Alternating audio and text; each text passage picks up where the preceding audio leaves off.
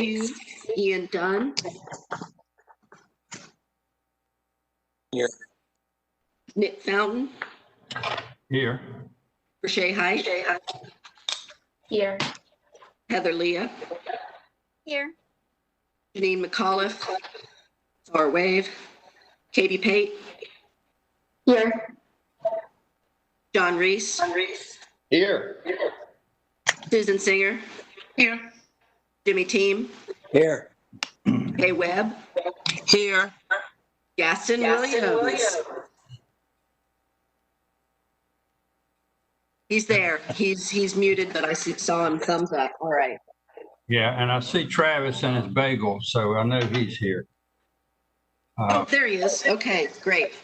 Great. All right, thank you, everybody, and welcome to the August meeting of the Raleigh Historic Development Commission. As I say at the CoA meetings, this is where the rubber meets the road in historic preservation, and where we remember how we got to where we are at the same time as we focus on moving the city forward. So thank you all very, very much for being here. Could I have a motion to approve the agenda for today? Somebody raise their hand, and I'll, all right, Mr. Team makes a motion, and Mr. McAuliffe seconds the motion. All in favor, say aye, and I'll see the hands. And Aye. okay, I didn't see any hands not go up, and so that that motion carries.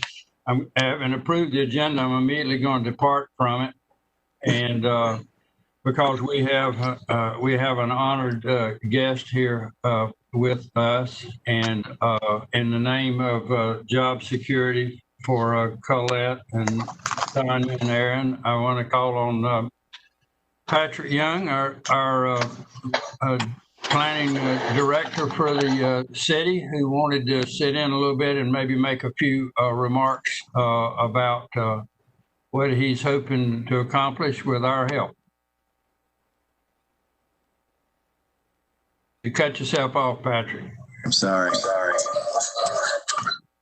Good morning, Chair Fountain and members of the commission, staff, and guests. Thank you so much for the opportunity to briefly introduce myself. It's very nice to virtually meet those of you that I haven't met yet. As Chair Fountain said, I am Pat Young, the new Planning and Development Director. I started on the 20th, so I'm at the beginning of my 5th week. And I wanted to take just a moment to thank you for the important work that you do, and to just very briefly introduce myself. I've been over 25 years in the field of planning and development. Started my career as a project manager, so I have experience going through the historic review process as an applicant. But for the last 15 years, I've been in local government, and the last 12 in Durham, right down the road at the City County Planning Department. Spent the last 3 years there as director, and then 8.5 years as assistant director for development. In Durham, as many of you know, we had an excellent local historic districts program with 6 local districts and a historic preservation commission that discharged its duties very capably. And I was very proud to help work with them and support them in their work. The preservation is my strong belief and opinion that the preservation of key parts of that city's historic character was a key driver in its revitalization over the last 20 years. And so I'm a big believer in the importance of work that you all do. I will be setting up a meeting this week with the Chair Fountain to hear more about the commission and its work. My commitment is to support you in any way that's needed or in any way I can. That being said, I know you have excellent staff. You'll continue to get great service from this excellent staff. My guiding values are the same as what I think you've gotten from them, which is honesty, open communication, and accountability. And that's what you'll always get from me. So thank you for this opportunity. I'm going to have to sign off here in a moment for an 8 o'clock meeting, but I want to thank you, and I look forward to working with you all.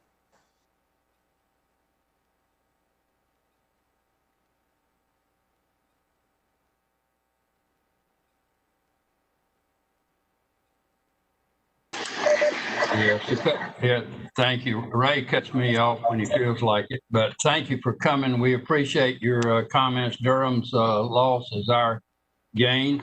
We've all seen that a lot of good things have happened in Durham, and I could probably call the names of some of the streets where good work has gone on over there, and so we're glad to have you here, and hope that that cross connection will help us in the triangle draw things closer together in general.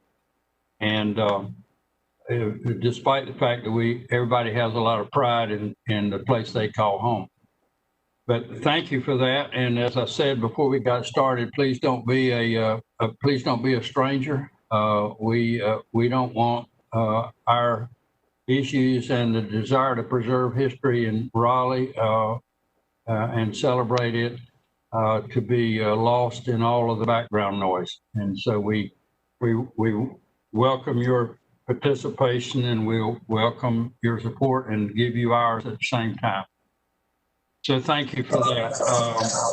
Now back to the agenda. You should have seen minutes of the last meeting, and there is an attachment to your agenda. If you haven't at this time, I would ask for a motion to approve the minutes of the July 21, 2020 meeting. Can somebody raise their hand, and I will note you making that motion. K. Webb moves to approve the minutes. There's a second from Janine McAuliffe. All in any discussion, any corrections or additions? All in favor say aye, and I will make your hand, raise your hand sometime, makes it go fast. Okay, thank you for that. Susan Singer, are you in favor? I didn't see you raise your hand. All right, thank you. All right, so that carries, and the first thing to do on the agenda today is to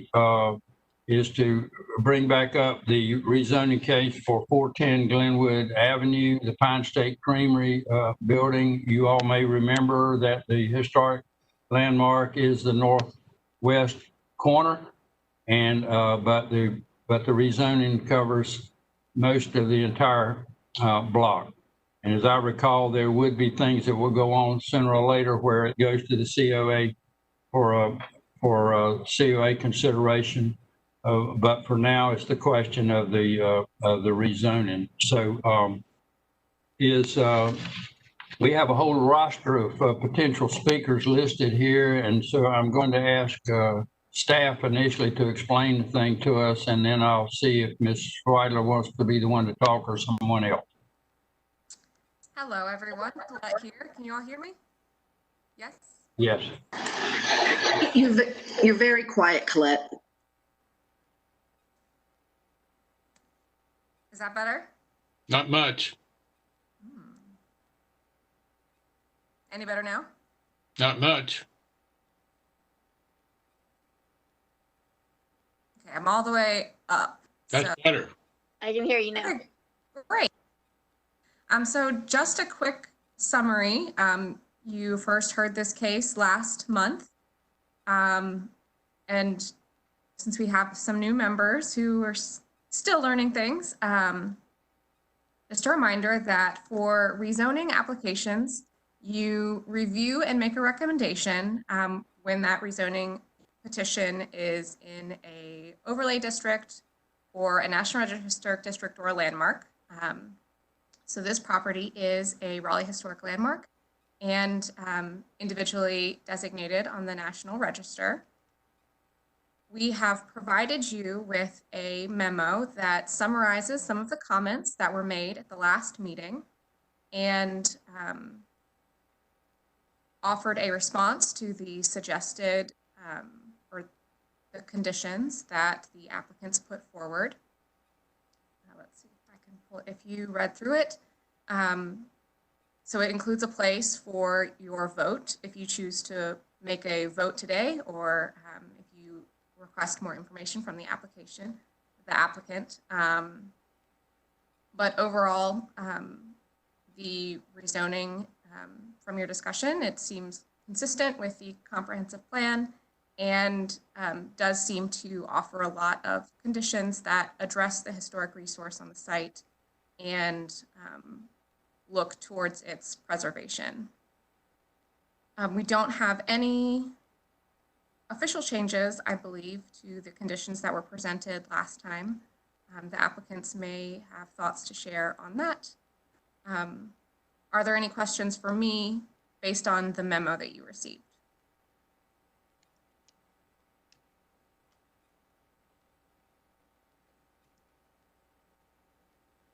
Okay, so that's it for me. All right, if there are no questions of Colette, I'll remind you that as my recollection, you look back at the minutes, we talked last time, we talked about the question of whether there ought to be a covenant that would preserve the landmark over the longer term on a sort of belts and suspenders or just in case basis. And so that's what is in the memo that you have. It's the last item among the attachments that you have for this particular file. So before we do that, I think what I will do is ask Jamie Schweiler and the applicants, is there any comment they want to make further before we consider whether to go ahead and vote and deal with it?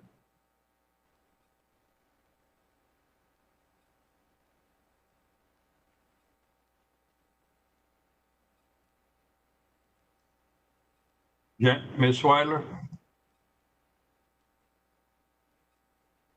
If you're talking, I'm not hearing you.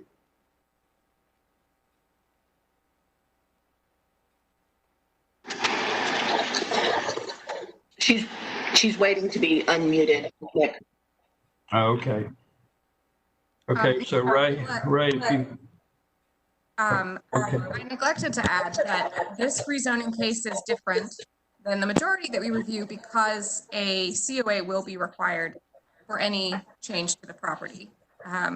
So the majority of rezonings we review are National Register only, and the conditions are really what look to preserve the structures. Where in this situation, those structures that are in that land will be subject to COA review.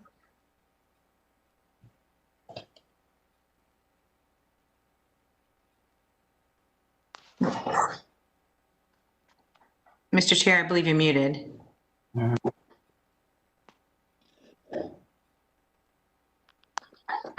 This is, I'm not sure whether you were, Mr. Chair, I think I missed your audio there, but this is James.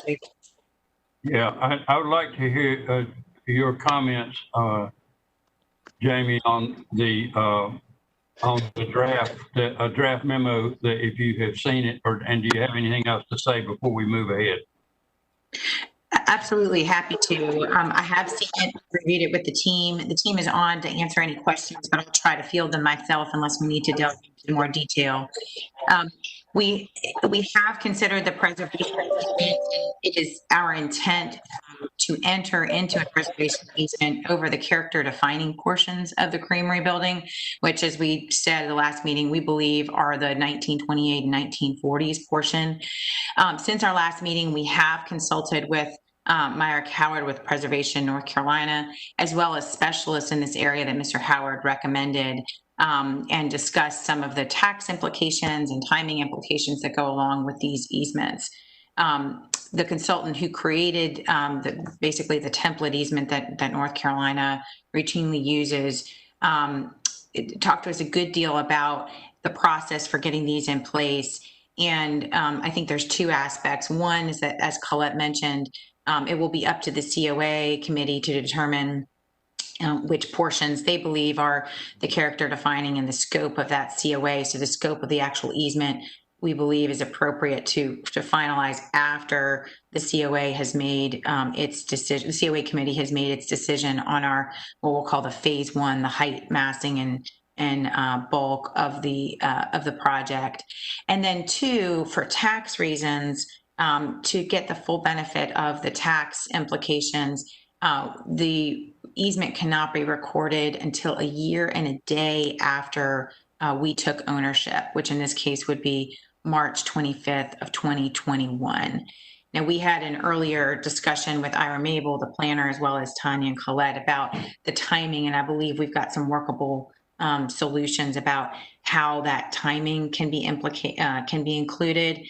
But suffice it to say, we believe it'll be sometime later in the case, possibly tied to site plan or certificate of occupancy. And we would like I guess, grace from this commission to be able to express that intent, but not be able to write the exact condition until we know kind of the scope of what the COA decision is, and have a little bit of flexibility on the timing of exactly when that would be recorded. Well, we would want you to get the maximum tax benefit in the process. We understand that, and that might, for business purposes, that might affect which year you really rather record it. And I think I understand that part. Are there questions of Ms. Schwaler and the applicants from members of the commission? Anything? I'm not seeing a hand. Is anybody else among the guests that would like to be heard on this matter before we move ahead, since we already talked about it considerably last month? Anybody else? I do believe Larry Miller is out on the team and wanted to speak on this case. Yeah, I saw that. I'm going to check. All right, Mr. Miller. It looks like everyone else is listed here as an applicant, and you are a neighbor, and we definitely want to hear your thoughts about what we're dealing with here this morning. So we would be glad to hear from you right now if you can do that. All right. Can you hear me? Yeah. Yes, we can. Okay. Well, thank you for giving me this opportunity. My name is Larry Miller, and I'm president of the Glenwood South Neighborhood Collaborative. We're an organization that represents 779 residents and businesses that live or work in the Glenwood South neighborhood. And so I'm new to this process, so forgive me if my comments are out of place, but I'm a bit confused because I understand that this has to do with the zoning recommendation on behalf of the RHDC for this project. But when I look at the statement of consistency, it says that the certificate of appropriateness for the height and massing of the proposed development will be pursued concurrent with the rezoning. My understanding of concurrent is at the same time, and so I don't understand why that process isn't going on concurrently. So we haven't had the opportunity to look at the height and massing proposals. And so what you will be doing, under my understanding, is that you will be recommending the appropriateness of the rezoning request, but you haven't had the opportunity to look at the certificate of appropriateness application. While we want, my main concern is that Glenwood Avenue is the main street of the Glenwood South District. While this proposal, I have confidence in the applicants that this proposal will, they have good intentions. Once this zoning is approved, it sets precedent, and 40-story building on Glenwood South, on Glenwood Avenue is really not appropriate. It is inconsistent with the neighborhood.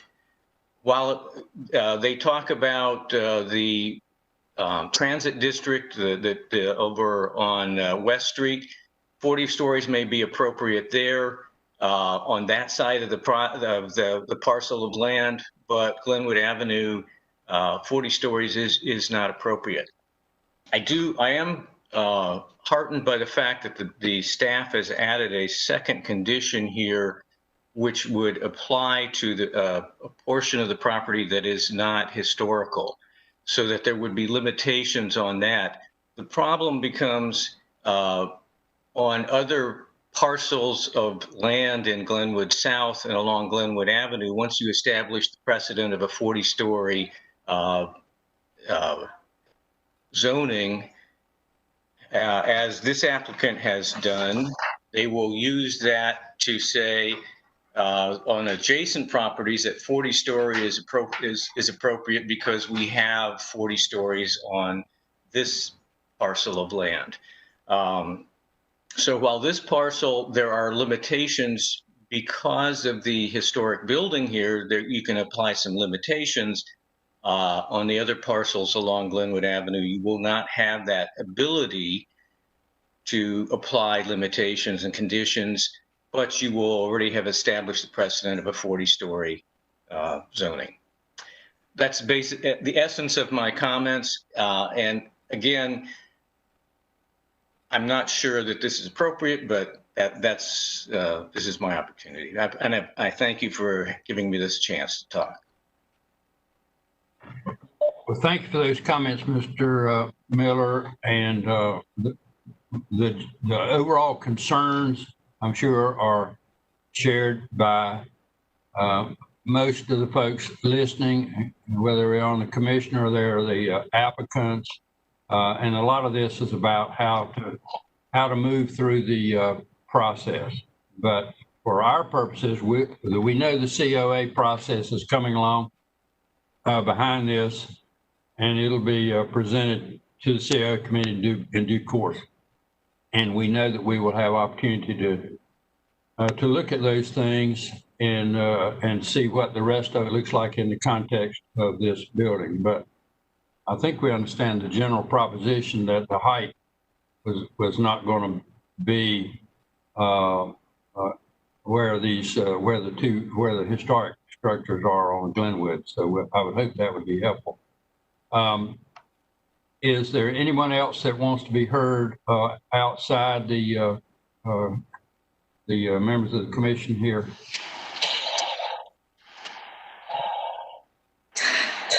All right. No.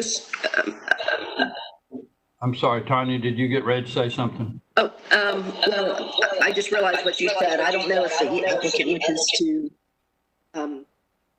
respond to that. I just wanted to. Sorry, I'm getting an echo. It's confusing me. Just wanted to make sure that you understood that in the memo and what staff was talking about with that there are two parcels, and it is only the parcel with the landmark on it that would be subject to the CoA process, and the corner building would not. Did everyone hear that, what Tanya was saying, that the CoA review process applies to the historic and listed structures and not to the rest of the block? And as to the rest of the block and around on the other street or whatever, that is to be reviewed as a more typical rezoning, because it doesn't really have this overlay or historical aspect to it.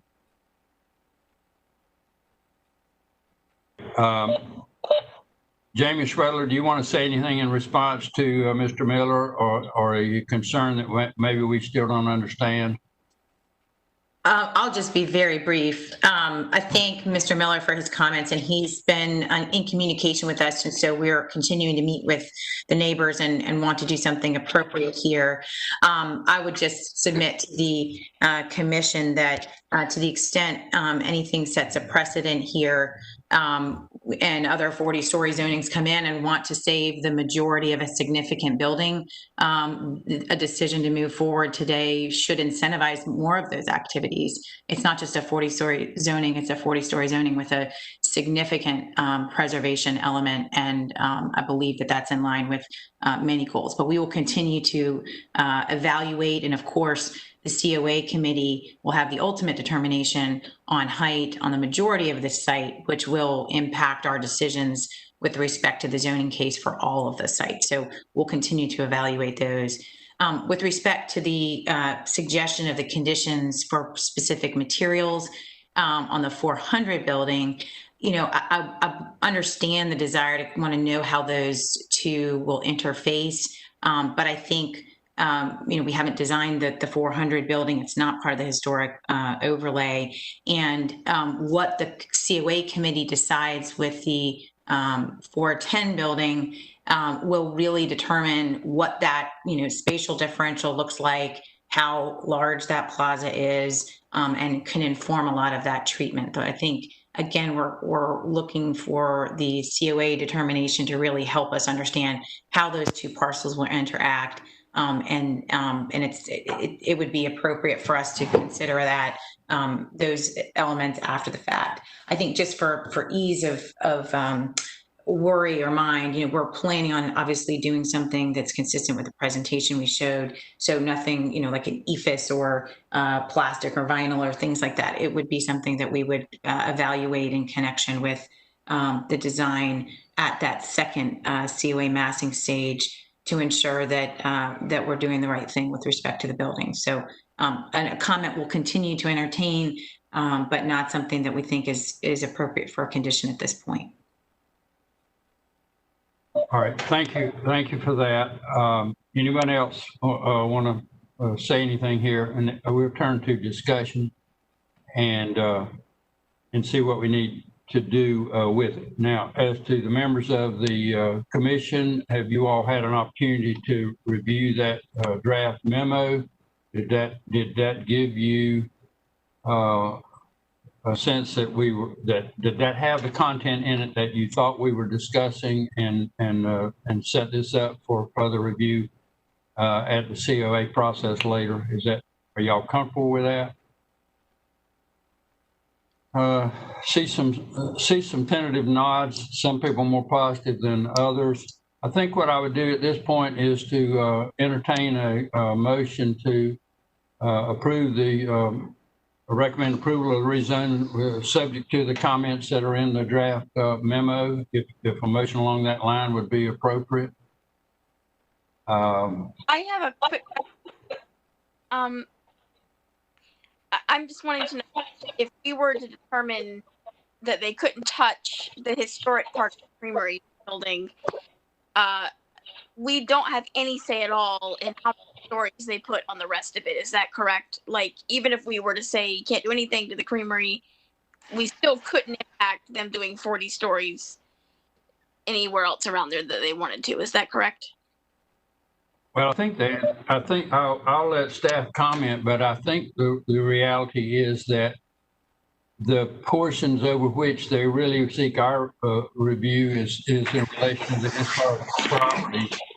And we can comment more broadly on the rest of it, but the rest of it is a more typical rezoning, and we could decide that the frontage on Glenwood is also a deep concern to us. We can say whatever we want, but I think they're going to listen to us mostly with regard to the historic properties. Mr. Team, I see your hand up. I just want to reinforce that because I was realizing that I was confused about whether our review involved a portion of the property that was not the landmark designation. And so I think staff needs to explain to us exactly where our vote is going. Are we clearly looking at COA property? And as you said, making just concerned comments about the other pieces, or does our vote actually endorse a 40-story potential next to the COA? Thank you. Okay. Mr. Fountain, I'm going to let Colette explain, but I'm going to pull up the rezoning application, their presentation from last time that shows what is the landmark parcel and which is not. So, but Colette, if you want to go ahead and explain while I get that pulling up, that would be great. So Colette here.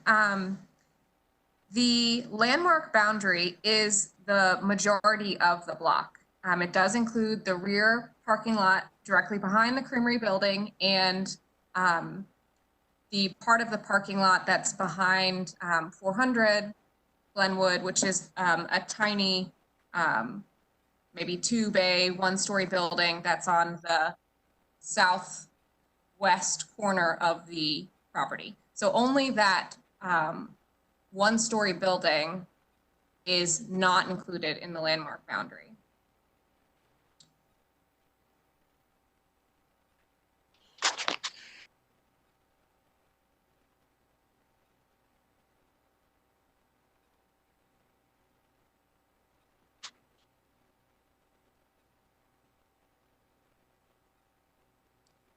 So that dashed line you can see at that southwest corner, that is the portion that is not included in the landmark boundary.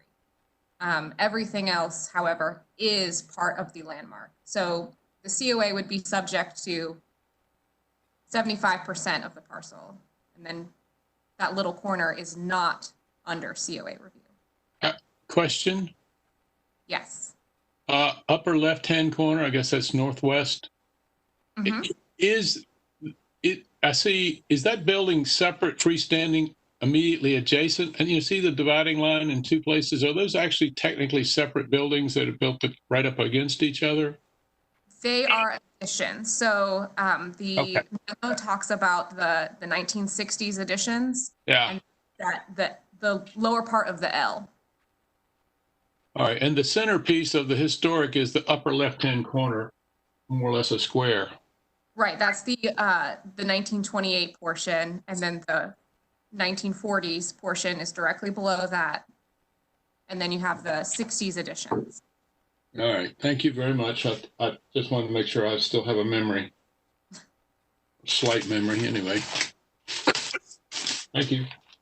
All right, thank you for that. Is everybody clear now? So, the focus is at the northwest corner, and secondarily the square below it here. But we have little at all to say about the lower left corner, which is the southwest corner.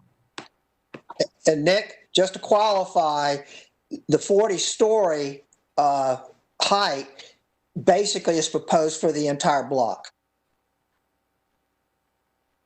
Yes, but with the various conditions, including the CoA process. They can do with the underlying zoning, but the CoA process will still come into play, is the way I understand it.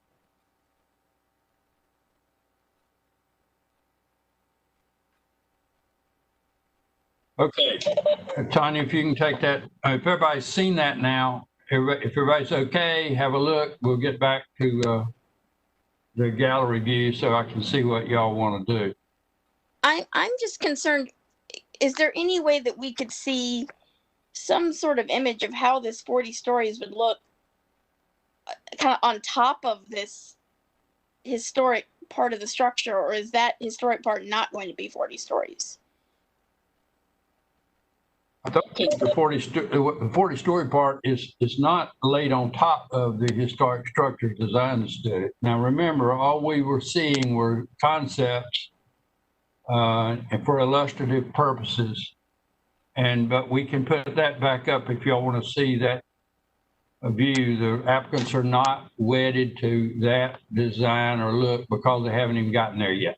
But if you want to have a sense of what that might look like, regardless of what materials might be used, then we can ask Tanya to put that back up as well. John Reese, you had your hand up. Yes, sir. Forgive me for being obtuse, but if this, I hear the point from the gentleman from Glenwood South, because this is somewhat precedent setting. And my question is, are we going, as the COA committee, going to be able to comment or have direction on any that happened in Glenwood South? Should another rezoning come up on a property that is not necessarily historical? I think he's right. We're setting a precedent that other properties can do a 40-story building without the sensitivity of this team. And I'm just, especially, even though we have the ability to kind of look at that one block ad nauseum, are we going to be able to do this across the board? Is Glenwood South a zone that we have complete comment on, or is it just certain parcels? This is Tanya Tully speaking up.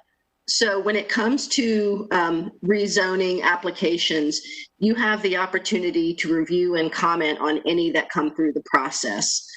Staff automatically refers to you any cases that are designated in any way historic. Those that are not designated or are adjacent, then we ask if you wish to comment on them or not. So if a rezoning were to come up, in the vicinity of this landmark property, we would, just like we did for the Morgan Street case, bring it to your attention and ask if you wish to comment through the process. And of course, the process would go from you, Planning Commission, and then ultimately decided by City Council. Did that answer your question? Kinda. I mean, a COA, the same level of review that you will have for the COA for 3/4 of that property will not be, that will not be the same on other parcels. But you do have the opportunity to review and make a recommendation should you choose to. You'll see when we come to the Morgan Street that we opted to make comments on some property that was across the road from some historic properties and express our concerns about the context of that. And so if we see something on the other side of Glenwood from this or down the way or whatever, if we want, we can comment on it. But it is comment, and it is not necessarily decisive in the way that a COA is. Gotcha. That's what I wanted to understand, because that concerns me. Again, because of precedent, and I hear the concerns about that, because we are setting a precedent that is going to be held in perpetuity. I don't mean to jump in for Verche, but Nick, when y'all are done discussing, Ms. Schwedler does have something additional to say in response. All right, I'll get back to Ms. Schwedler in a minute. Verche, did you have your hand up? I did. I think my comment / question has to do with a little bit with what Heather and John brought up with regard to the preservation easement and some clarity about the extents of the potential 4-story structure. I think that some clarification in the memo about the easement itself would be really helpful, whether it's something that's protecting the facades, which we've seen kind of done in the warehouse district, and then you have a very tall structure, kind of, you demolish the rest of the building, and then you have a 4-story skyscraper behind that. And in the context of Glenwood South, that to me would feel pretty inappropriate, as opposed to protecting the entire structure and then doing setbacks from that point. So I don't know if the applicant wants to clarify that approach, or if there's something when we say places of preservation easement, if it's something that could extend beyond, that kind of primary facade of Glenwood South. Before I call on Ms. Schwedler, does anybody else have a comment or question? So when I call on her, she can respond to whatever concerns have been addressed, and we can do it efficiently that way. Heather, you got something else? Yeah, I have one other. I understand that there's, timing issues and things like that, but I just wanted to add, I'm also concerned about the 40-story, just putting something that tall right there on Glenwood South in general. But two, and more so, since there can't be any sort of like assurances about exactly how historically appropriate they'll be with the materials and all of that, I wish there was some way that we could have that kind of assurance before making a vote. I know that they'll have every, every honorable reason to keep it up, but I would prefer to be able to see that before voting. Yes. We definitely have a chicken and egg problem with all of these projects, and there's a timing process of what comes up when, and so it's going to be a little bit uncomfortable, most likely at this particular stage, and you have to decide how much faith you're going to put in the COA process that comes along behind it. Mr. Team, did you have something else you wanted to say before I call on Ms. Swedler? I'm just going to echo the general comments, and I'm reflecting also back on the warehouse district and the struggles we had there, where we actually had a district, and there was from a scale standpoint, there was such a distinct difference between the two, generally two-story buildings, and then these larger buildings that were being placed.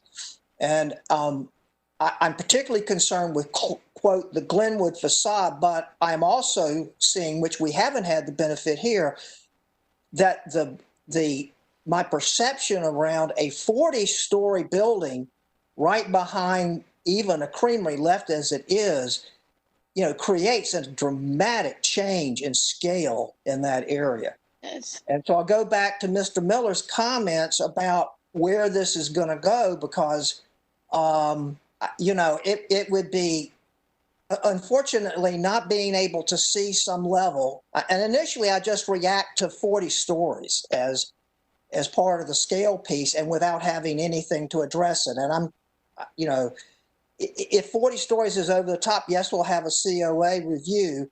But at the end of the day, 40 stories still allows 40 stories. And if we're allowing 40 stories behind, trying to find an argument that finds some median scale for the height of the creamery building in the future might be a challenge. Thank you. John? I think I might have mentioned this last time, but let me stab it again and see if it's an appropriate question. I know that when we go through when there's a rezoning scenario, you can put specific conditions like they already have in terms of what the use is. Why can't those conditions be why can't massing, height, and all that stuff be part of the conditions, so that just like they can't use it for strip clubs or whatever, they can't go above this height, they can't go above this massing, so that at least we're commenting on, we will not accept this 40-story scenario, especially if this, God forbid, this team isn't able to carry through with the project, another team can come in here and do what they want. And that scares me to death. I mean, not that I have complete confidence that this team's going to do the right thing, and that has nothing to do with what they're doing. It has to do with what somebody else might do. And that, I have a lot of concern about that. And I really want to figure out a way, if we can, to, in perpetuity, set a standard that doesn't allow a runaway train. I mean, I think the warehouse district and what happened to the Dillon building with that little slice of remnant was more humiliating to that building than it was, if I can say that, than having it just taken down completely. So I'm very concerned about where we're going with this and what kind of situation we set up, because everybody's going to be creative about how they interpret a zoning case to get what they want in the future. Mr. Fountain, Tanya Tully here. Ira Mabel, the case planner, is available to speak to the process and zoning conditions if you wish to call on him. Thank you for that. I'm going to call Ms. Swedler now. And Ms. Swedler, if you want to pull this together, that you hear in the comments. Thank you, Mr. Chair. Happy to. I just want to make sure that I know it's been some time since we presented, but I just want to make sure the committee or the commission remembers what our driving intent is here. And that is, we came in with the intent to save the majority of this building. We're not talking about just saving the facades. Those models showed saving the 1920s and 1940s portions of the buildings. And so that the modeling, the height, the setback, of course, will be part of your COA application. And let me remind you, we're not required to do that now. We are advancing that that decision at the same time of the zoning to provide some certainty and some confidence. As John suggested, it's frustrating. I understand not to have these as zoning conditions, but it's incredibly difficult in a conditional zoning case to write step back and massing and have all that go through, knowing that we're going to a COA committee that's ultimately going to have the determination of what those same elements would be, and all of that process is quasi-judicial. And so what we're trying to do is keep the box large at this point, knowing that the COA will chip down at that, will make the height and the massing something less than 40 stories on portions of the site. I mean, I think that is a part of the request. The request has been submitted to the COA. So we're all in acknowledgement that the COA will definitely drive what we are able to do ultimately at the property. And when you look at the market, we talked about, the trade-offs that you get with a site like this, where you're trying to focus developing on the surface area and saving the majority of a significant historic building. You don't have any other zonings that have come through with this much of an affirmative. We're not just trying to peel off the facade. We are preserving a majority of the building. And in return, we need to make sure that we're able to develop around it. And so the more that we're restricted in the COA process, the more it would have a tendency to impact height in other places. But that doesn't erase the precedent of keeping the majority of the site on Glenwood South as 2 stories. So that preservation easement that we've been talking about would have a preservation of the building in its form at that 20s and 40s portion. We are not planning on doing a 40-story in that location. The preservation easement would prevent us from doing it. The COA approval that we've already sought would prevent us from doing that. So there are some assurances there, even though they're not in this zoning case. The assurance of the materials, I understand that request as well. The COA, let me remind you, is broken up into 2 phases. So we're doing the height and massing now, and then your typical COA where you'd have everything, the materials, what the buildings would look like, will come through at a later date at site plan when you're normally used to seeing that. It's just that in an effort to provide more certainty, we're trying to provide more information up front. And I understand that can sometimes lead to additional questions. And to also just to address the idea of the precedent setting or what's going to happen to the 400 block, I appreciate Colette's distinction. This is not a historic landmark. This is not a historic district. And if this parcel were not owned by the same owner, this would not be part of the zoning case. It would not be part of what we're discussing here today. So everything we're talking about today would have to go forward through the RHDC and through COA process for the 400 site and the 410.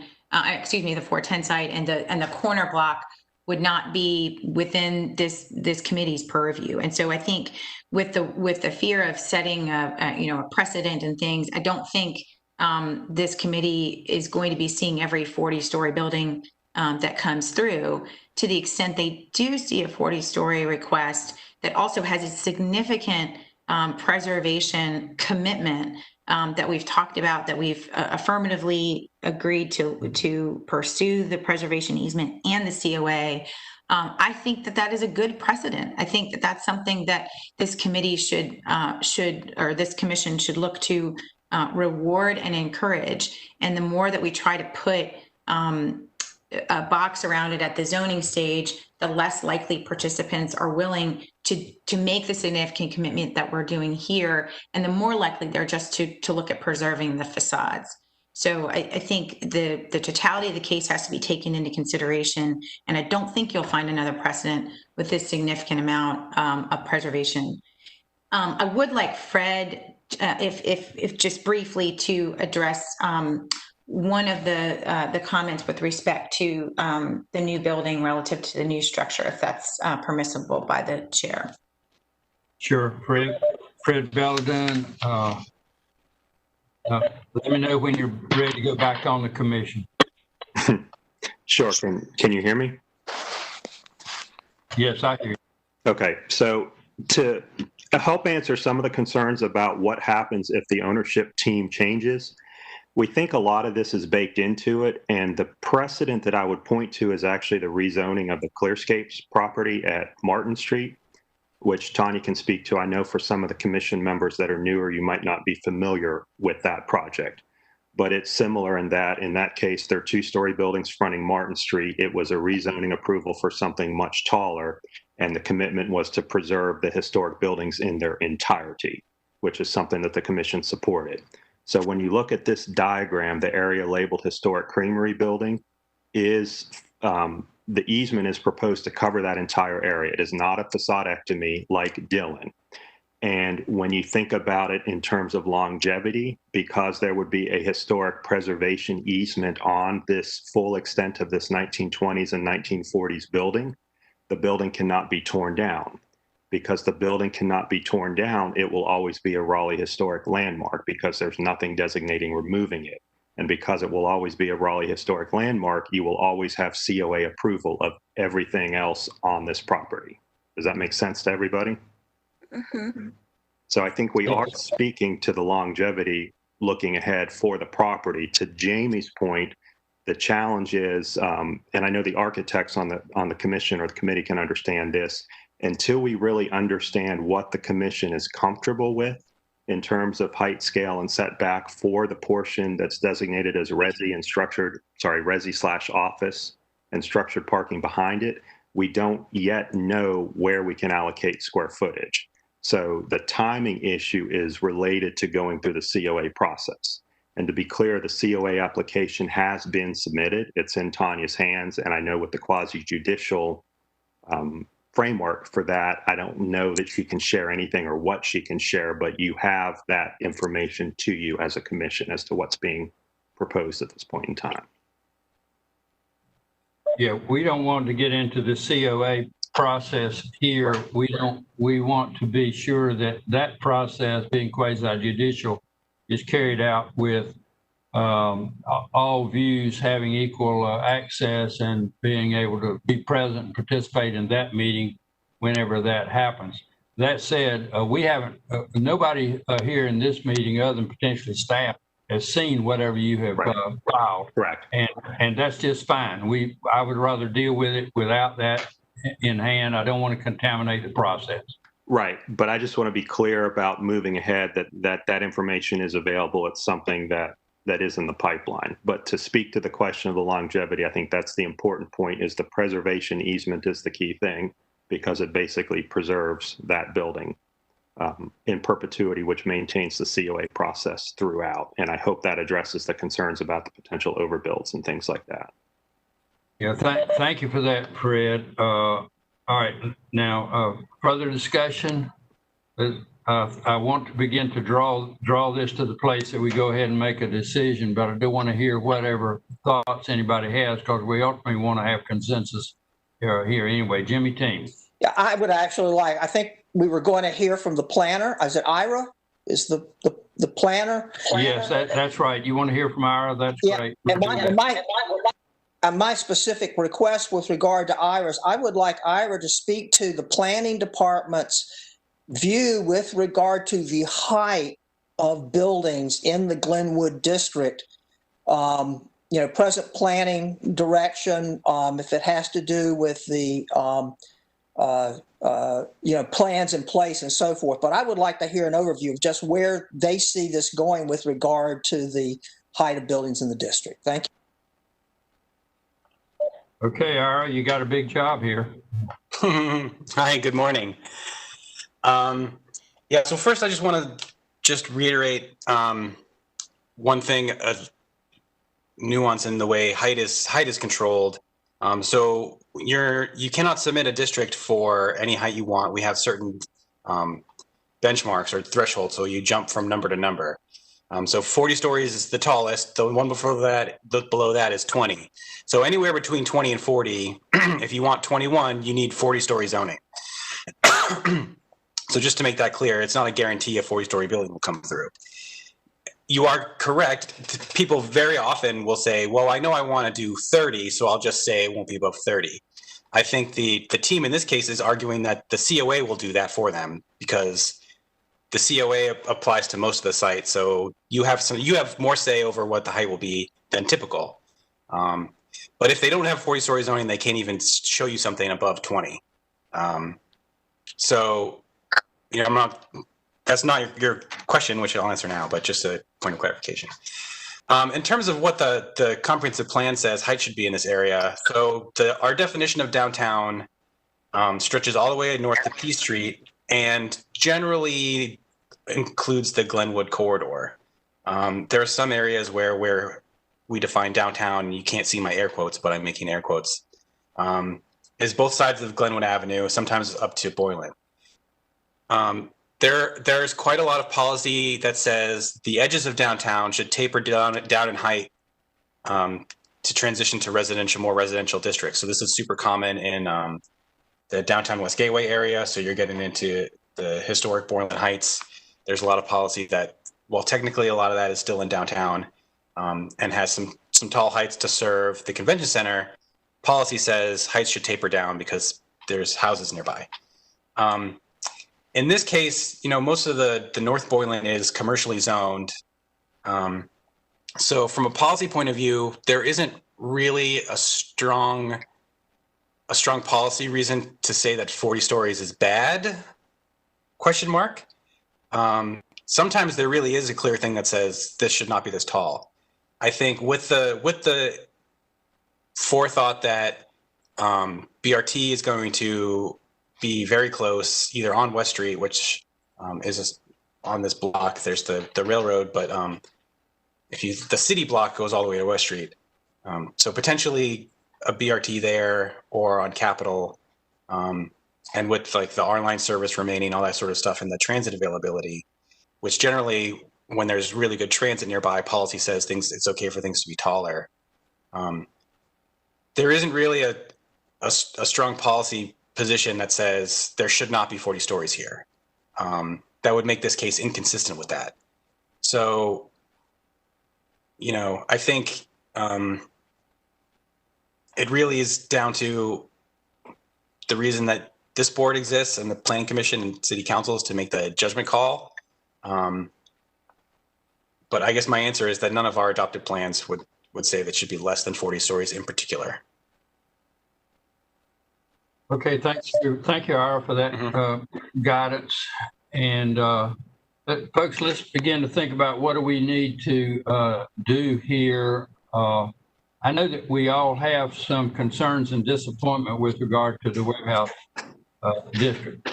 That said, this project and this concept with the pedestrian area up through the center in some ways might be superior to the Clearscapes building down on whatever that is, West Martin. But let's see what we got here, and well, ultimately what we're going to need is a motion, and then we'll have discussion, and we'll work our way to some sort of decision. There are a handful of you have had a good number of things to say, and some of you have had nothing to say, and so we don't know where everybody sits and what is it that you want to try to accomplish in this process. So further discussion. Let's see, Janine. I'm trying out my mic. Can you hear me? Was that a yes? Okay. That's a yes. Great. Sorry. Okay. Wonderful. I cut mine off. Terrific. Well, I just wanted to comment because I think this is challenging to kind of wrap our heads around. And part of what I'm struggling with is, although I think this particular application falls under our purview for the most part, except for the 400 quadrant of that site, I think what we're all recognizing is we could shepherd this through the CoA process, I think, and you know, find that we have some teeth in this, but what that means for the rest of the corridor after, if this were to be rezoned at the 40 stories, is is where I'm concerned that we don't have teeth. And so that's kind of the thought, that's kind of where I'm at now. It's sort of less about this particular opportunity for us to address this site than just the bigger picture. You know, I guess I would respond by saying that the fact that whatever got ultimately allowed and built on this site occurs, I think we'll guide what happens elsewhere, but I also think that the fact that there were conditions here will put considerable pressure on other property owners to acknowledge they're going to have some conditions on theirs or it may not work. And the way they get those conditions may be different than the way they happen here because there won't be a historic landmark. There's going to be some pressure to do that, and but admittedly we won't be as involved with those applications as we are with this one.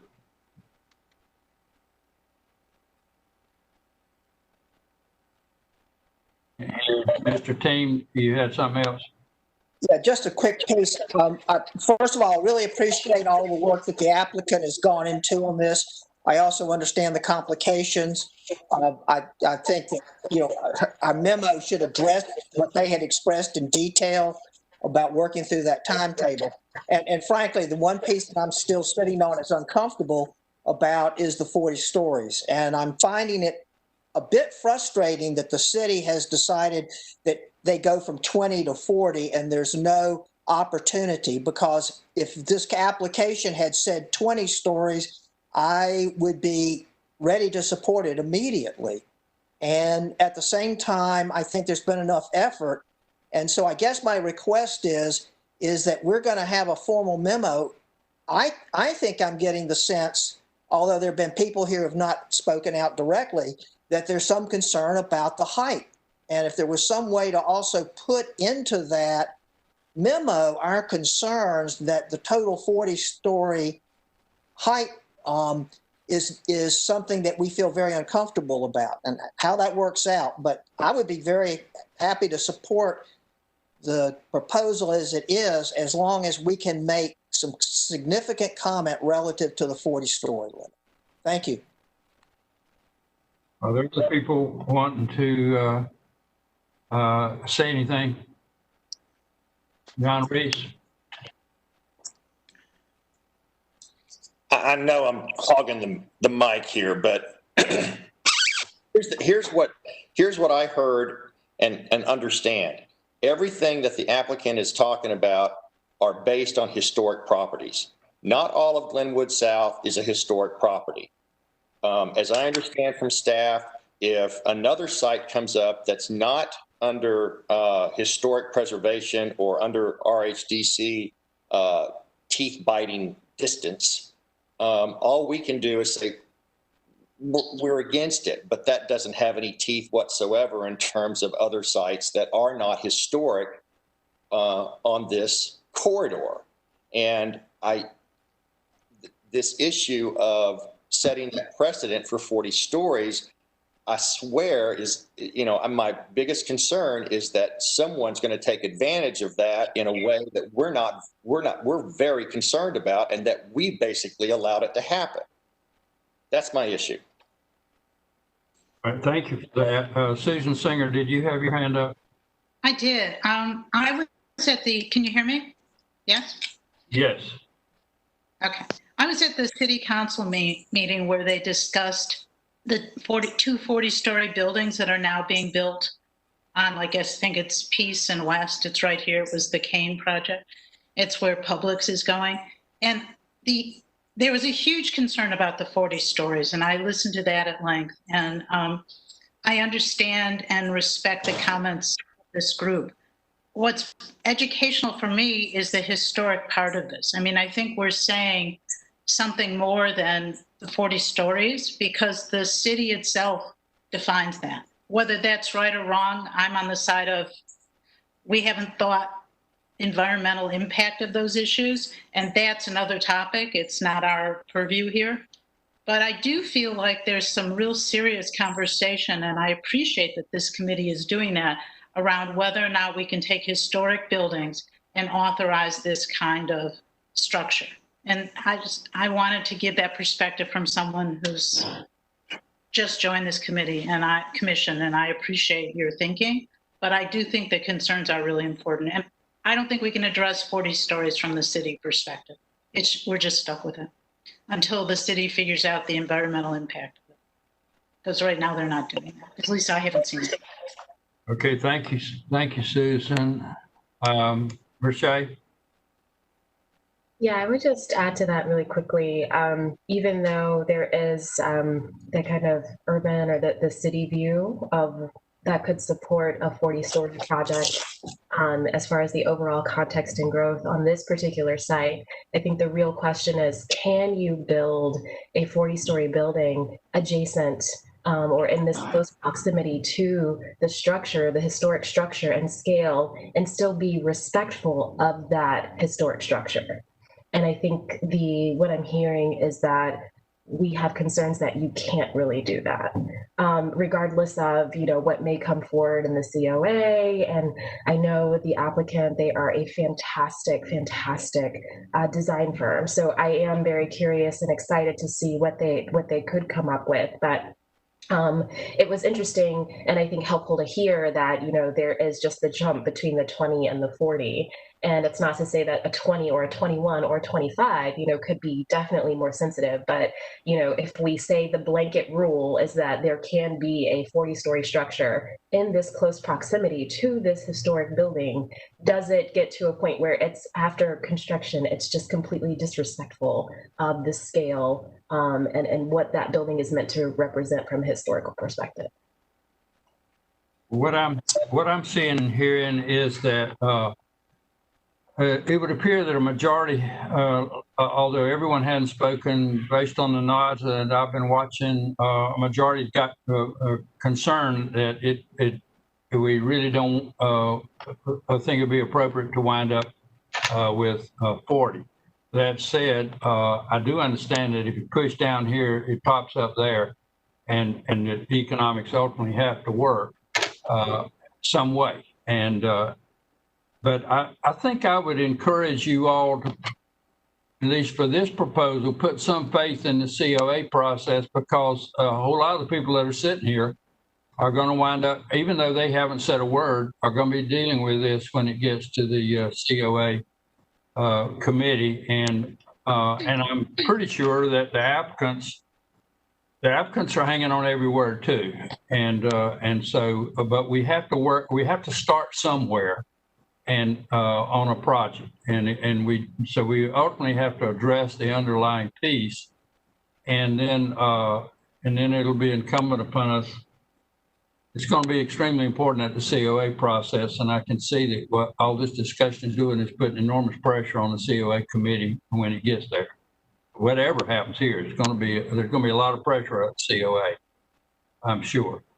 That said, I think we need a motion and try to move this thing along because we're pushing toward 9 o'clock right now on it. And I fully realize that this is important for the future of the Glenwood South Corridor, and that we all place a lot of value on that corridor and a lot of other areas of Raleigh. But I think we need a motion to kind of get things started here. Mr. Team? Yeah, so I'm going to make a motion, and I'm going to try to make it as simple as possible, that we support the commission, the draft memo from staff. I'll let Tanya respond to this, or Colette. I don't know if what was presented by the applicant today requires modification to that, and I'll let them speak to that. And I would like that memo also to provide a section regarding the concerns we have for the height at 40 stories and its implications for the rest of the district.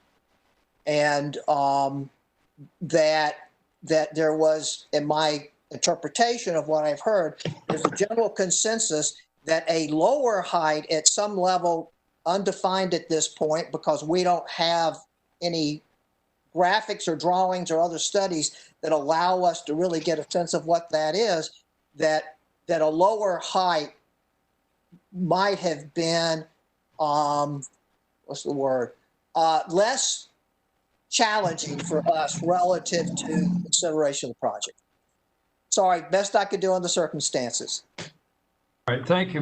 So Mr. Team makes a motion, if I can paraphrase, to support the memorandum, but with the addition of a section expressing concerns about the height and the importance of that, of addressing the height and the perception that 40 is definitely too much, and we're not sure where the line ought to be drawn. And so I would like a second to that motion, and Kate Webb seconds that motion. At this point, Tanya and Colette, do you all understand the motion well enough to put it in the minutes? Yes, sir. And we will send the memo around for your review before finalizing and sending out. All right, you heard that. So we'll have a chance to look at that memo with a section on height added. And that said, we have a motion and a second. Is there any further discussion on the motion? No further discussion. I'm going to call for a vote then, and I'll call the names by working my way around the screen, and I will call on Mr. Team first. Yay. Katie Tate. Yay. Susan Singer. Yay. Bruce A. Height. Yay. Kay Webb. Yes. Travis Bailey. Aye. Let's see, Heather. Yay. Ian Dan. I didn't hear you, Ian. Okay, you're muted, but I got it. He said aye. Janine McAuliffe. Aye. And Gaston Williams.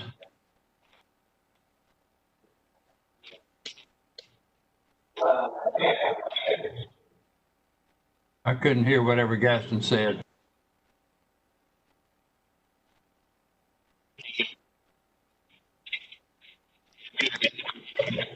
Did I leave anybody else? Did I leave anybody out?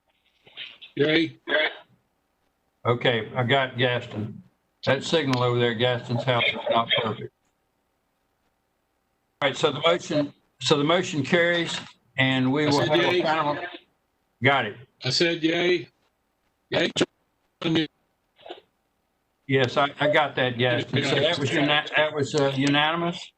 And so this project moves forward, and we will have a chance to look at that memo one last time. And that'll be circulated by email to everyone on the commission. So thank you for that. We're moving now to the next matter, and the next matter is let me think, where were we?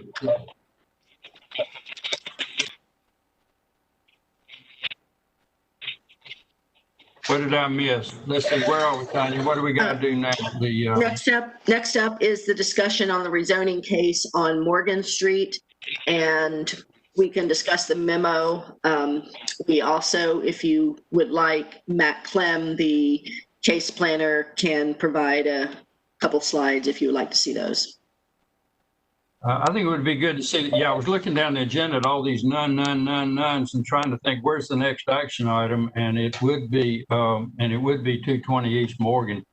And so yes, I think it would be good if we could see those slides again and to inform ourselves. And in the meantime, I hope everyone will look at the memo that was done on that project. So Matt Clem.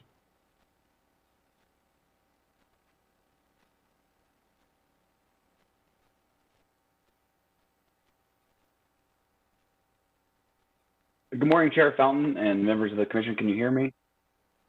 Yes. Okay, great. So I'll just run through these slides really quick. This is a property located at 220 East Morgan Street. The request is to rezone the property of just under an acre from a downtown 7-story district with an urban general frontage to a downtown mixed-use 20-story district with an urban general frontage and some zoning conditions. And we anticipate that we'll have this case before the Planning Commission on September 8th. If you go to the next slide, predominantly in the area, you've got a range of downtown mixed-use zoning designations from 3 to 40 stories. Next slide. This aerial, you can see the site contains a surface parking lot. Just to the west, you can see the state capitol. South of the bottom of the screen is the Moore Square Park. So this is the IMAX parking lot? I'm not, it is behind the IMAX. That's correct. I'm not sure if it is solely used for that purpose. IMAX Park, yeah, okay. Well, yeah. All right, so there's a zoning condition here. This is the only zoning condition prohibiting some uses. Next slide. And there's a site view from Person Street looking into the parking lot. And then this map shows the various historic districts and landmarks in the area. It is adjacent and surrounded by various districts and landmarks, but there is no designation for this property specifically. And this is just a look at what the zoning entitlement would bring. And actually there's a typo there. It's a 20-story district, not 40. My apologies. But that's basically it. The Planning Commission should begin their review next month. And I'm happy to answer any questions. I know the Historic Preservation staff prepared a memo as well for discussion, but other than that, I can answer any questions. All right, thank you. And Tanya, if you'll put the slide back up that showed the adjacent historical properties, and then you all should have had a look at the memo, and then I'm going to call on Mac Paul for the applicant while the rest of us can look at this. This slide here, you all can see the property across the road. And you remember from the previous discussion about Pine State that now we're in an application where we are commenting, but we are not in a COA related proceeding at all. And we're commenting on this one because of its proximity to things that have historic significance or factors that are across the road or nearby. So that now we've got a little bit different situation on, and it's a little bit like what we were looking into the future and thinking about with regard to Pine State. So Mac Paul, can you hear me? If you can't, speak up.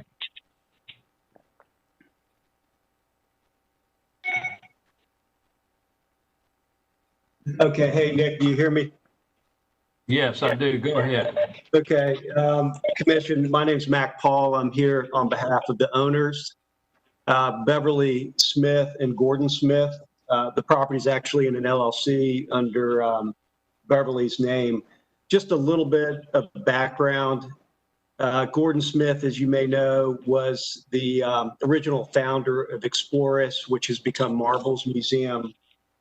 He also helped create the Explorus Middle School and brought the Moore Square Museum Magnet School a number of years ago. So had kind of a big vision for this area of the city to make it a cultural destination for education and for children primarily.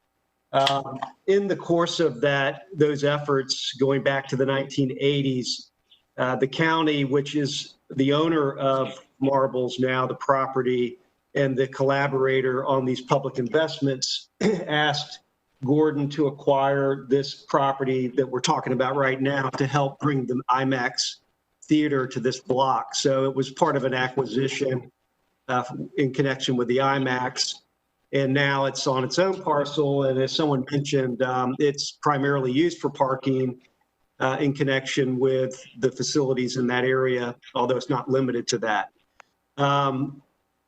Gordon also owned the Tabernacle Baptist Church for quite some time, put a lot of money into maintaining it. Now it's run by Vintage Church. He also has a couple of other properties in that block that are historic. And those are, either have tenants or vacant. essentially Gordon and Beverly are at a point in their life where they're, Gordon's approaching 80 now and looking to divest himself of some of the properties he still owns. This is one of those. And so he's been approached over the years by he and Beverly by a number of developers who are interested in this site, primarily for either hotel or residential. It's a very attractive site.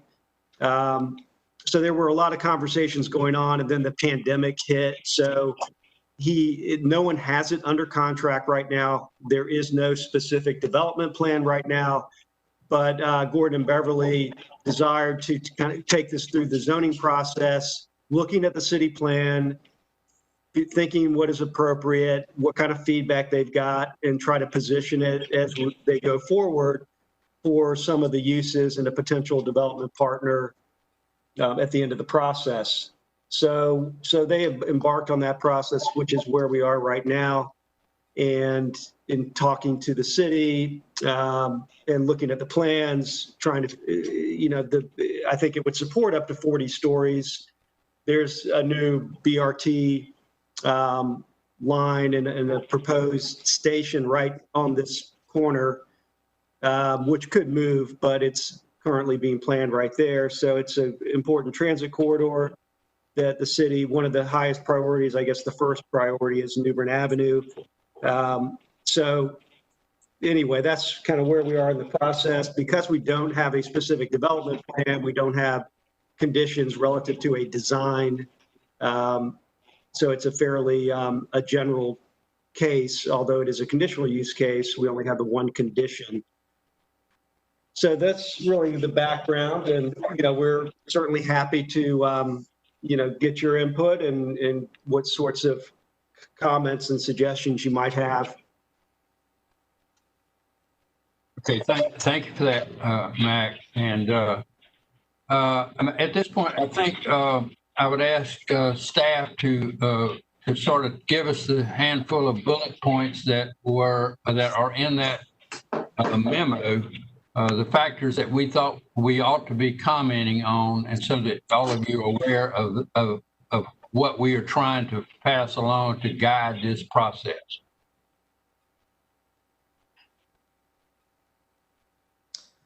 Good morning, everyone. This is Erin Morton.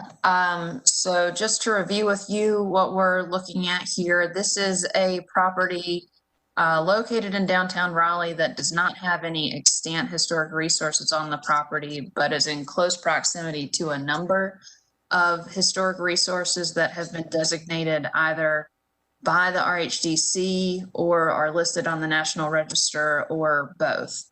So of primary concern, we've been instructed by the commission are the three properties directly across Morgan Street. You can see in the presentation here, that is the Horton Beckham Brecht House, the White Holman House, and the Montgomery House. And these are situated either directly on Morgan Street or positioned on New Bern Place. In the memo provided to you, there's a little blurb from the National Register nomination about the original development of the city in this area. New Bern Avenue was one of the 4 major corridors designed in the William Christmas Plan to dead end into the state capitol block.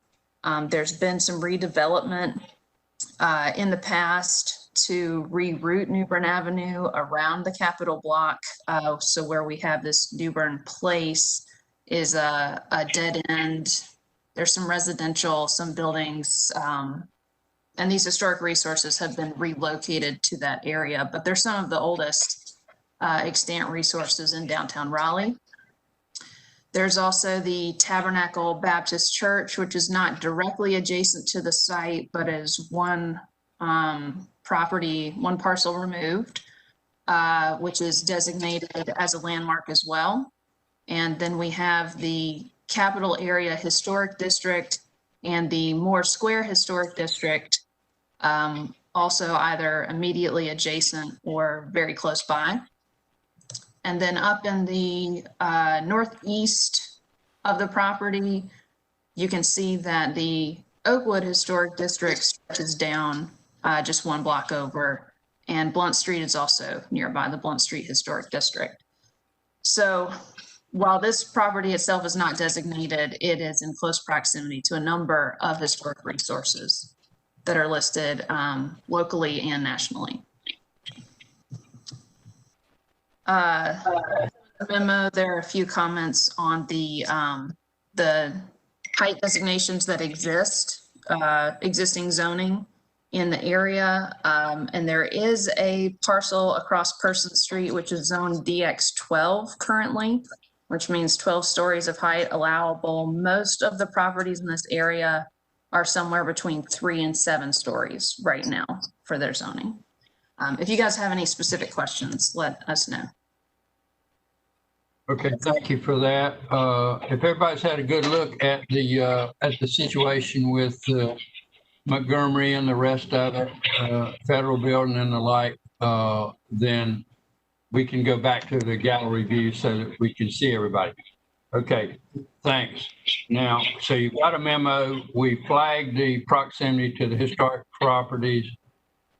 We have, and we've looked at, it's an unusual shape to the parcel. And we certainly respect all the work that the Smiths have done for the sake of Raleigh. And so we certainly understand their needs as well, but we have to look at the historic properties and we have to think about how do we, for my purposes, how do we avoid having some humongous column in the middle of a whole lot of low-rise buildings, and so that would be a concern. And as they plan, and as potential buyers look at that particular site, how do we go about thinking about that? So I'll kick off the discussion that way. What are your concerns about the memo that was done, and what do you think we need to be doing here? All we ultimately are doing is devoting to forward comments of this sort along to the Planning Commission. My only comment is that increases the typical average is noted in paragraph 2 on page 2 of the height new construction from about between 3 and 7 to 20. Height concerns, I guess, are always on our mind. The only good part of it would, if it were a taller structure, it would hide the world's ugliest, most dysfunctional federal building on the face of the earth. But that's not exactly a pitching point for discussion. But putting the Washington Monument next to it wouldn't necessarily help much with regard to the federal building anyway. So let's think about it differently, maybe. What do y'all okay with the memo? Do you think we need a paragraph added to it in some way for some purpose or other? Are you ready to move ahead?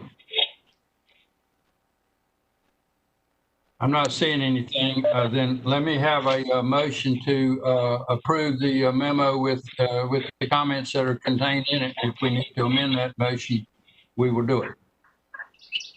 Who wants to make that motion? I so move. All right, Gaston moves to approve the memo and proceed on that basis, and Travis Bailey seconds that motion. Is there further discussion? Mr. Fountain, Tanya Tully here. Yes, quick question. The memo was coming from staff to y'all, and we can revise it to go to Planning Commission. Are you wanting it to go just as general comments, or are you also wanting to make a recommendation? Let's hear what the sense of the body is. Thank you. Y'all heard Tanya. Do you want some more specifics in there about with regard to height or other factors in it? We wanted careful consideration of the transition to the adjacent properties that were originally built as residential structures.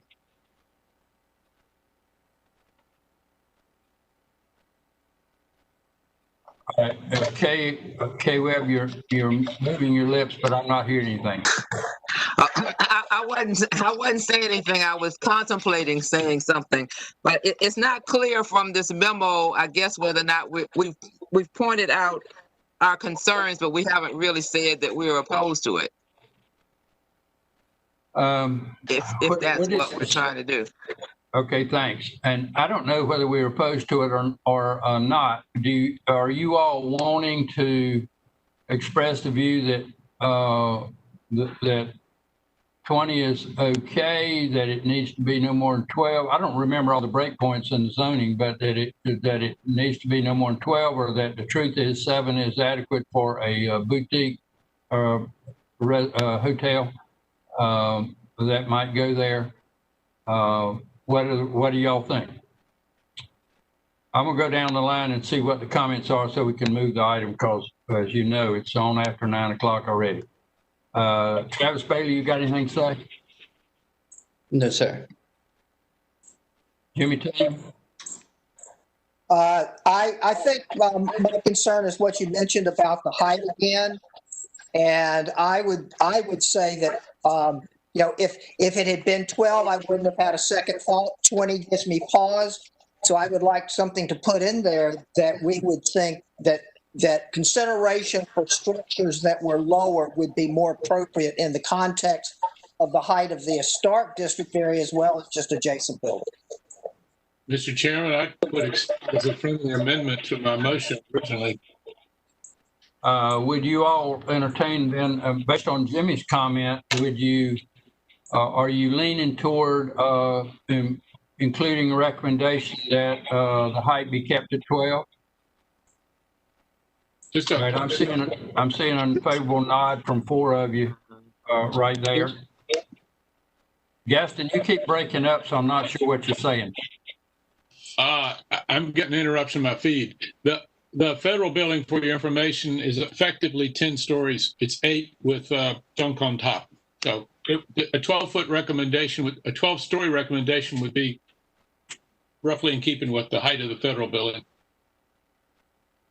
Okay, if y'all heard that, if the federal building works out to be roughly 12, then Mr. Team's comment tends to work. Are y'all okay with the memo with the recommendation that the height be capped at no greater than 12? All right, then Ian Dunn makes that amendment to the motion. I'm trying to remember where were we procedurally. If it needs to be the motion, then that's Ian's motion, and Ms. McAuliffe will second that motion. And so there's a motion and a second that we endorse the staff memo with a further recommendation that the rezoning proceed, but that the height not exceed 12 stories. Okay, everybody's nodding favorably, so I'll call the roll on the motion. Gaston Williams? Yes. Yes. Jimmy Team? Yes. Yes. Janine McAuliffe? Travis Bailey? Aye. Kay Webb? Aye. Lachey Height? Aye. Katie Payne? Yes. John Reese? Yes. All right, and Heather Lee? Yes. All right, and I think that's everybody, and I vote aye, so that moves that item forward. And so thanks to everyone. We're going to move quickly to the other items on the agenda, and given the lateness of the hour, if you all, we do want to hear from each of you on the NAPC, but I'm going to suggest that we carry that over and do it next month, because people got paying jobs that they're supposed to be dealing with at the moment. So remember what your thoughts were and remember which ones you went to. One of the things about getting comments from all of you is it would cause you to have to be really good to be able to comment on one that you didn't watch. So we'll carry that forward, but we do need to deal with the question of the text change, and I'll ask staff to explain this overlay district text change. Hi, Tanya Tully here. This is a proposed text change that will be going through the formal text change process, but the city attorney wanted to give, and I agreed to give y'all an opportunity to comment first. it covers a couple of things. Primarily, the text change would change the review of subdivisions in historic overlay districts and landmarks. Right now, the process is y'all review it, and then it goes to City Council for a decision in a quasi-judicial process. The text change would pull it away from City Council and have the RHDC be the final decision maker on subdivisions in historic overlay districts and landmarks. It would still be quasi-judicial. Procedurally, we would probably have that go to the COA committee, but that is the bulk of the change. In this particular text change, there are a couple of additional little things in there that are not in the title. That other change is removing, so there's been a change to the enabling legislation, and this change would, instead of having appeals of COAs go to the Board of Adjustment first and then to Superior Court, the text change would skip the Board of Adjustment, and appeals of certificates of appropriateness would go straight to Wake County Superior Court. The other piece I just wanted to get your input on has to do with recombinations that y'all see periodically, which are cases where right now recombinations you do not review as subdivisions, but they are in there simply. You get the opportunity to just look at them and review and know these are cases where the number of properties are not changing, but property lines are moving, or you're taking multiple lots and turning them into one larger lot. The question I have for you is that something that you still want to be reviewing, or do you want to have it see?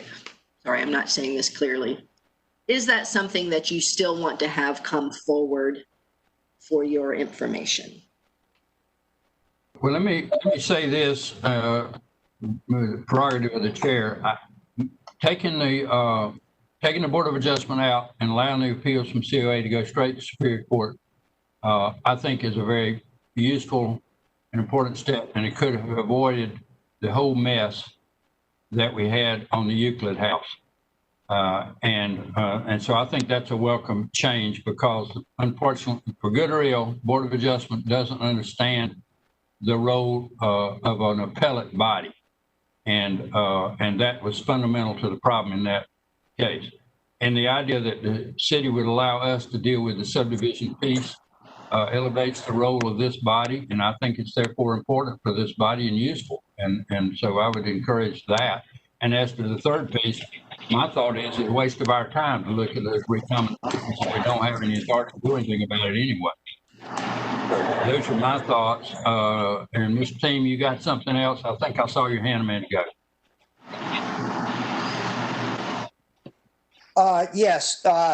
So I do think the recombinations are valuable to look at, and a couple of things that are potentials that were suggested for recombinations is taking smaller lots and enlarging it into a larger single lot very often is a precursor to looking at a change in the housing type or the structure type of residential districts. That could be a concern.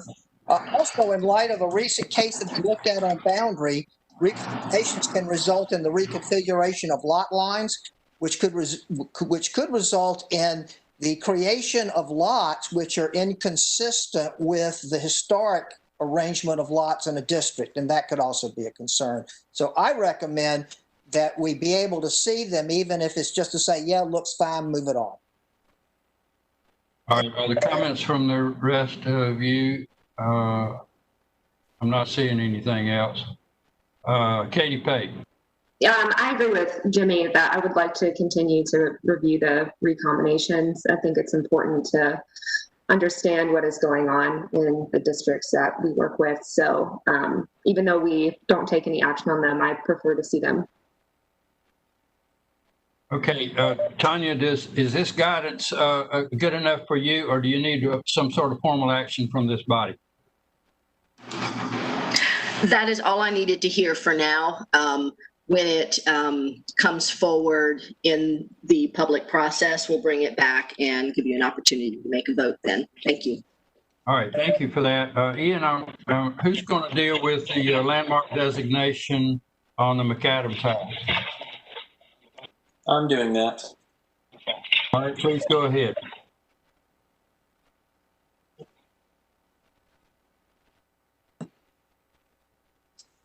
Tanya, okay, there you go.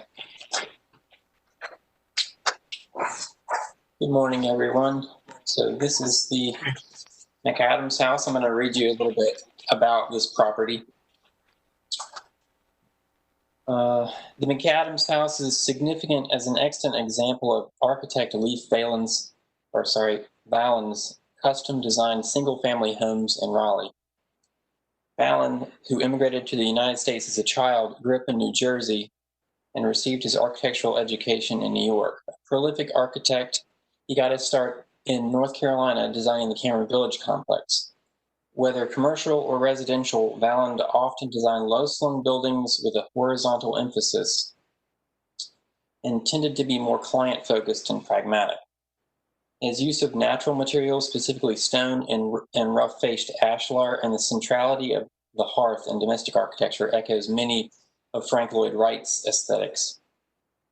Located in Coley Forest, McAdams house was designed as a side-gabled house with a projecting cross-gabled rear L and projecting front-gabled carport wing. Most of the exterior changes are on secondary elevations and not visible from the facade, with the exception of the slightly altered carport. Valen's use of the orchard stone veneer on the facade and on the facade of the structure, and the inclusion of a stone-faced integral planter are hallmarks of his style, as is the low-slung horizontal lineation of the structure in general. The existence of architectural drawings for the home, its originality, condition, and its connection to an influential Raleigh-based architect all contribute to the property being worthy of landmark designation. Okay, thank you, Ian. And now, what is the action that we're being asked to endorse this to proceed to the next step? Is essentially what you're asking, right, Ian? That's correct. So I'm going to I'll make a motion. Please do. I move that the commission find that McAdams house at 2214 Wheeler Road meets the criteria for designation as a historic landmark, and that the RHDC recommend to City Council that the application be referred to the Department of Natural and Cultural Resources, Division of Archives and History for its analysis and recommendations, and to authorize a joint public hearing. I'll need a second because it wasn't formally discussed at the committee level. Okay, Katie Pate seconds the motion. Is there any further discussion? Then without further discussion, all in favor say aye. Aye. All right, are there any opposed? No one's opposed, the motion carries. Thank you for the work of the research committee. We do appreciate it. I'm going to move next to committee reports briefly, and I will call on Kay Webb for nominations. Thank you, Mr. Chairman. Since our last commission meeting, we have received the resignation of our colleague, Jimmy Team. So this likely will be his last commission meeting. We certainly want to thank him for all of his dedication and his many years of service to the commission. And while it is not possible to replace him, we have found someone who we are submitting their name to fill the slot. And if all goes well, they should be nominated at City Council today and should be able to be approved before the September meeting. We have submitted the name of Harold Millett, who is an an architectural designer with integrated design in Raleigh, and he brings a number of unique experiences that we think the commission will benefit from. Well, and we didn't want to replace Mr. Team, but if we were going to replace Mr. Team, then we definitely needed somebody with, what was that phrase you used? Unique skill sets or something like that. Yes. Jimmy, we really appreciate all you've done. You have been an anchor on the CoA committee.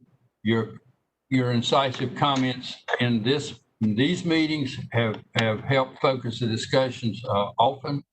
And there's no question that we're all better off for you having been here and for us having a chance to get to know you more than we did before. That said, that's just for information, because the way it works on the nominations for vacancies in the process like this, the committee makes the report and the chair can okay it to move ahead. And Kay has just done a wonderful job as the chair of nominations, virtually a committee of one. But anyway, we're getting great people, and we're really appreciative of Kay for doing that. Thank you. So anyway, Jimmy, thanks. We do appreciate it. Community awareness is, we ultimately have to figure, what are we going to do about these committee meetings? We've got to cause these things to move forward. Heather, what do you think we need to know and do about community awareness? So I think Tanya and I have talked about, doing virtual meetings for community awareness as well. And I think the big thing we need to talk about is how to make sure that we're still engaging with the community, even though we can't do tangible in-person events. So we still are managing our social media very actively. So we still do at least have a presence there. But we're going to need to continue to discuss the website, which I know has sort of gotten dropped with COVID kind of coming in. And then maybe even talk about how to do virtual events, like maybe virtual tours. We could do like live stream a historic building through our social media. Things like that kind of come together at a meeting and maybe brainstorm something. Continue having events and engage with the community. But I think the first thing is to have a virtual meeting. And Tanya are on that. Yeah. Staff has received some additional guidance and information from the city and the department, and it is looking very likely that we will be having virtual committee meetings starting in September. As soon as I have that information, we will let you know. It may be through Zoom as opposed to WebEx, but more to come. Sounds good. There you go. There you go. All right, thank you for that. I think the city and all of us are coming around to the view that this pandemic isn't going away, and we're going to have to find ways to do everything some other way to keep it moving. And so thanks for that work. Let's talk about the Lustron House. And if I recall correctly, we're supposed to clean that site up this weekend. Isn't that right, Tanya? How does that work? And tell us the details. Well, I don't have any details at this moment. We will have to get. We're going to have to get back to you on that and see exactly how many is. I sent that out simply to the Lustron committee, but if there's anybody else that's interested in coming out, that's fine. We don't want to have too many people because of the size of the lot and want to have masks and be safe and all of that. It is primarily trash, would be trash pickup. And my quick question to you is, would you prefer to start at 8 or 9? We're thinking 8, just like an hour or 2. So send me an email if you're interested. And Tanya, I would definitely be interested in coming and doing some social media for us around that as well. Okay. I think we'll gamble on having too many because we can certainly decide that you think it's coming by, but we don't need you. I worry about having too few because we've got lots of other stuff going on weekends, but there are a handful of us on the committee, and we need to be there. I suppose I lean to 9, but I'll do 8 if that's the sense of the group, and go on and knock it out and be done with it. We've got to get that property going and get that committee going, because that one has been damaged by the pandemic as much as anything we have in the work. So Tanya, if you'll send out an email, and if it's just a matter of wearing gloves, wearing a mask, and pick up beer cans, then we can knock it out and be done with it pretty quickly. I would encourage some of you who don't even know where it is or what it is, to this be a good chance to at least be aware of what this is about and where is it. So Tanya, put the address in whatever email goes out, and we'll try to get that going. And we'll hopefully see several of you Saturday morning. Will do. All right. Now, Ian, anything on research? I don't have anything to report, but hopefully after our next meeting in September, I will. Okay. I'm going to skip COA and let's see, what do we have on Dorothea Dix? I think there had been a new committee appointed. I believe it's where we were on that the rest of us need to be aware of, Tanya. Yes, and I realized that I forgot to send out the updated committee list, and we'll get that to all of you, but we do have now a new committee. The other thing to point out is that the Dix Park group as a whole, not the RHDC group, they have appointed a new community, what are they calling it? Dix Park Leadership Committee has been selected, and the memo is attached to the agenda. And it does not include any current RHDC members. However, there are 2 folks, Jenny Harper and Myra Howard, who are on that committee and definitely will provide great influence over historic preservation matters. And adjacent to Dix Park is just an FYI for y'all to take a look at. The Department of Planning and Development is working on a Dix Edge area study, and there is an information document on board docs for y'all to take a look at. And if you want to have someone from planning come and talk about it, she is available. If y'all will take a look at that, I do think we need generally to keep an eye on what's going on at Dix. That's going to have to be a perpetual process. I mean, the whole issue of that park is a 20 or 30 year project, and we don't knock it out and we're through with it.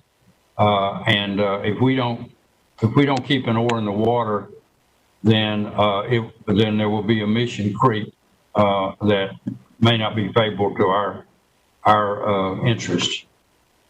So with that, is there anything that we need to focus on with regard to news of other organizations and announcements? We did, let me say this on the committees. I heard the various comments. We tweaked the committees, we moved things around. We need to get that list out and so that we can hit the ground running, because at least in the traditional world, everything cranks up Labor Day.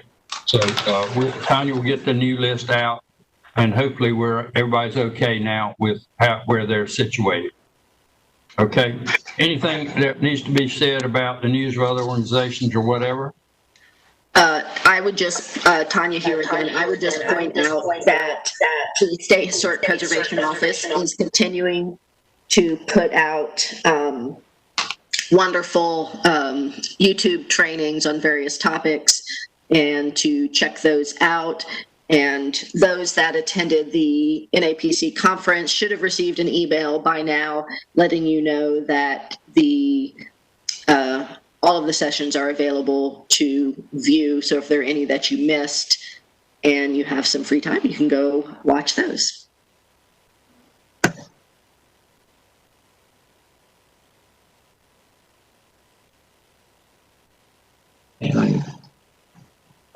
All right, then I will call for a motion to adjourn.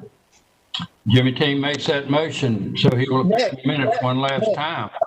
Actually, I would like to, if I could make just 2 quick comments. This will be good, folks. This is going to be quick comments. I do a lot of walks, particularly in the Mordecai, Oakdale area. If you want to see what's happening in the area in terms of the loss of houses, take a walk over there. Recently, I went for a walk in Ridgewood. That's where I grew up. That's been one of the districts built in the mid-50s that's been on our list. I was alarmed by the number of houses that are being torn down. One builder's sign was up in about 4 houses in various states of removal. It is evident that the trend in that area is to tear houses down. And my concern is you're going to lose so much fabric that that is going to be off the list. So if whatever committee is grabbing hold of that, please take a look at that again. And to understand it, you need to go over there. And finally, it's been an honor to be in service. And I thank all of you and bless you for your time that you give to this noble cause. And I move that we adjourn. Nice work. Thanks, Jimmy, for all of that. Second to the motion? Second. Kay Webb seconds the motion. All in favor say aye. Aye. Aye. The meeting is adjourned and y'all can log off and get back to your other life. Thanks so much and see you Saturday. Bye. Bye, everyone. Bye, Saturday.